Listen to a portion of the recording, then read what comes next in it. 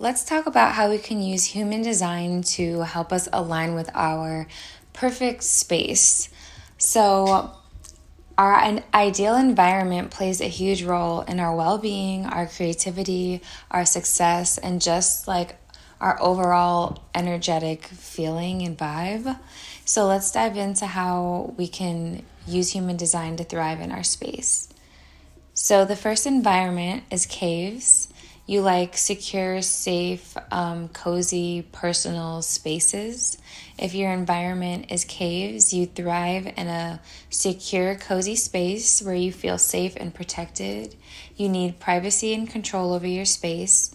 So, create an environment where you feel at ease with clear boundaries and places where you can retreat and recharge. And so, for example, if you have caves as your environment, when you go into a restaurant, you might like to sit in the corner of the restaurant or maybe sit in a booth or the middle of a booth because that makes you feel kind of more like enclosed or enspaced.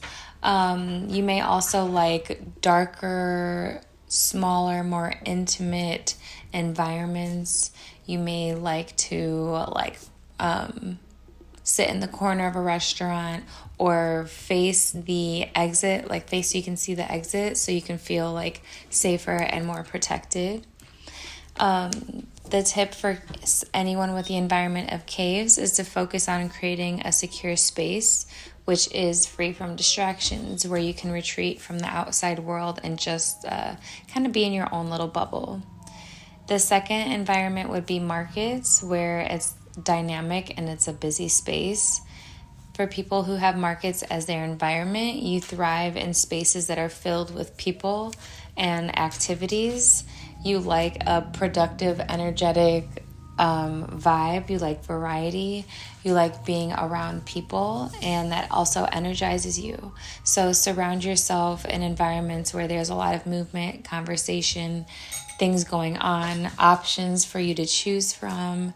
Places like marketplaces, a busy co-working space, a cafe, just a outside like park where you know that there's a lot of people that are just like moving around and active. Embrace your environment with a lot of variety and diversity where you can connect with a lot of different people, ideas, and energies in that moment. The third environment would be kitchens. It's like a collaborative, interactive space. If your environment is kitchens, then you thrive in spaces where your ideas are mixed and can be brought to life. You enjoy a productive space, a creative space where people can come together and collaborate, share ideas, network. So think of like a co-working space, a workshop, a creative studio, just like even possibly like maybe not a library because it's quiet, but sometimes libraries have working spaces like that. They might have a studio or a space where like a technology space, and a space like that where everyone is working on maybe a common goal or just the intention there is to create, then that would be a space for you. So surround yourself with people and places that encourage collaboration and creativity, where your ideas can grow and shine. Mountains is the next environment, where these are elevated, quiet spaces. People who have mountains as their environment thrive in places where they can observe from an elevated space. You need to get distance and perspective, whether that be physically like elevated or just mentally detached from all the chaos and hustle and bustle that goes around. So think of places like a rooftop or a quiet hill, or maybe you hike and you like to go to the top of the mountain, or like be at a really elevated space just to kind of like reflect and be in your own little corner. So a tip for people with the environment mountains would be to find places where you can be elevated, or just pause, step back, observe, and like reflect and gain clarity, because that is what you enjoy. Elevation kind of brings solitude to you, and those are key components to what helps you thrive. The next environment would be valleys, which would be like an interactive space. And people with valleys as their environment like spaces that have like great acoustics and sound, where communication can flow freely. You like to be in places where conversations and information naturally flow around you. You like valleys, rooms with great acoustics, so like a studio. You like open fields.